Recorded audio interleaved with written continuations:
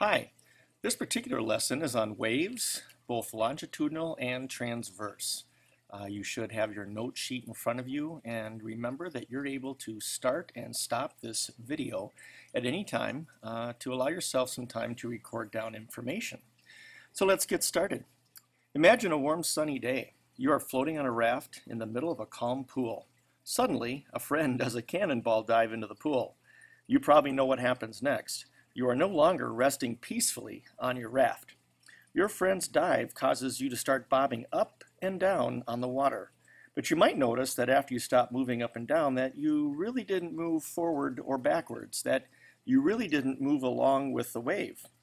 Why did your friend's dive make you move up and down? Well, your friend created a wave by jumping into a pool. A wave is a disturbance that transfers energy from one place to another without transferring matter. So please make sure that you copy down this definition of transfers energy from one place to another without transferring matter.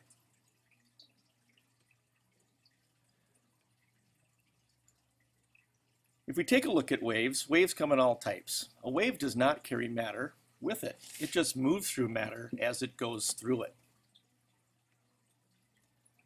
A wave is a disturbance that transfers energy. It carries energy from one place to another, and it's classified by what they move through. So really there are some different kinds of waves, and we're going to look at both of those today as well.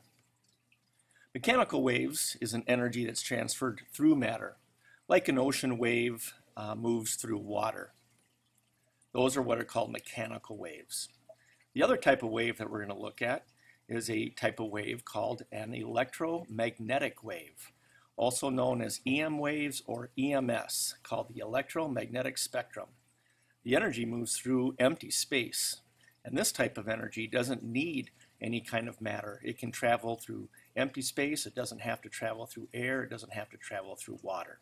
So really there are two types of waves, mechanical and electromagnetic. This is a picture of what scientists would call is a transverse wave. A transverse wave is a mechanical wave that really travels up and down and perpendicular to the direction it's traveling. So perpendicular would be straight up and down from the top of that wave and to the bottom of that wave. Notice how the transfer of energy works here. Notice the particles are moving up and down and pretty much in the same location. You really don't see the particles moving from left to right. This just demonstrates how energy travels through matter really without carrying it with it. Here's another picture, a little bit slower motion. Notice the yellow markers to show you how energy passes through the matter but does not take it with it. Again, this is called a mechanical wave. Another type of mechanical wave is called a longitudinal wave. In this particular case, they label parts of the wave just a little bit different. You'll notice the compressions that are happening right here. This is the area where the energy is kind of being put together. And of course, this is called the rarefaction, and this is the space or the gap in between the compressions. This is called a longitudinal wave. Sound will usually travel in this way. As I am speaking and as you are listening, you are going to be hearing these compressions coming towards you, and of course your ears are there to help receive those waves. Here's another way we can look at longitudinal waves, kind of from a bird's eye view. Again, if you can notice the red dot found in the middle of this wave, that it moves back and forth, but just really only in one particular area, and that the energy itself is moving from left to right, but through the matter itself, it stays in exactly the same place, similar to when you were floating in the raft on the pool.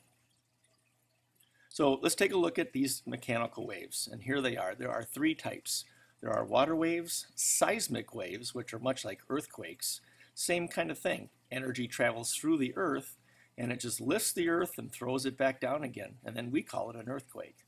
And the other type of mechanical wave is a sound wave. And so sound waves, again, are compressions of air that are traveling towards your ear. The other type of wave that we talked about is called the electromagnetic wave, and really there's many of those, and we will spend some more time looking at these individually. But there are different types of waves of energy that are around us right now. We have what are called radio waves, microwaves, infrared, visible light, which is really the only part of the spectrum that we are able to see, ultraviolet, and X-rays, and of course the highest frequency waves are called gamma waves. So at this particular point, we want to take some time to look at and label what is called a transverse wave. This transverse wave has different names for different parts of the wave, and it'll help us understand a little bit about how waves actually work. The first part we want to take a look at is called the amplitude. The amplitude is this distance from the rest, which is the black line that runs straight through the middle, up to the top of the wave. This is called amplitude, or amps. So the higher the wave, the higher the amplitude. And really it's quite simple. The bigger the wave, the more amount of energy. When you get to the top of the wave, we call this the crest. And so the amplitude is the rest to crest. And the higher the wave, the greater the energy. The bottom of the wave is called the trough, and is often identical to the amount of wave that's above the rest line is also exactly the same distance that's below the trough and into the rest line.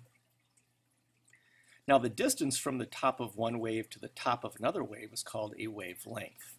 That's this particular distance here. This is called the wavelength. The wavelength is going to be called the crest to crest. And the more waves, the higher the frequency, similar to what we looked at the picture. And we'll come back to frequency in just a minute. All right, let's take a look at another picture of what we mean by amplitude. Amplitude, again, is the measurement of the amount of energy in a wave. So let's take a look at 3 examples of that. You'll notice in figure 1 at the top that has low amplitude, low amounts of energy. In number 2, we've got sort of the medium. And number 3, we have the highest amplitude, or the highest amount of energy in a wave. So amplitude can change, and it does dictate the amount of energy. Let's take a look at a wave with a lot of energy. Yep, you'll notice the amplitude and how big that wave is. And so the higher the wave, lots of energy in this particular wave. Let's take a look at frequency. Frequency, remember, is the number of waves that can pass a given point in 1 second, and often is measured from the top of one wave to the top of the other wave, or what we would call, again, as the wavelength. Again, we look at these 2 examples here. Pictured in the blue line is where we have what would be a high frequency.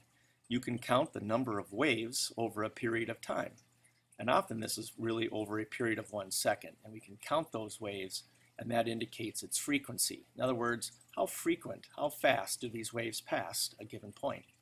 The bottom wave here, you notice, is a much lower frequency, and there are less waves per second or per time. And you can see they're both over that same particular distance. So that's the high, and that one's the low. Now the unit that we use to measure frequency is called a hertz. The unit is measured, a frequency is called a hertz, or sometimes called Hz. And what's interesting about this is that all forms of electromagnetic energy has its own frequency. So here's our question. How do we know that light travels in waves? Think about that for a minute, pause it right now, and think if you can come up with a wave. How do scientists know that light travels in waves? Well, here's the answer. Because light behaves and acts like waves. So at this point, we are done with this particular video section. And this was just an introduction to waves, transverse and longitudinal. And we have labeled the transverse wave with amplitude, wavelength, and frequency. So make sure that if you need to, you can watch this video again and bring your note sheet to class for us to check it, and we'll discuss more, of course, as we do. And we've got some labs coming up, so we'll see you back in the classroom.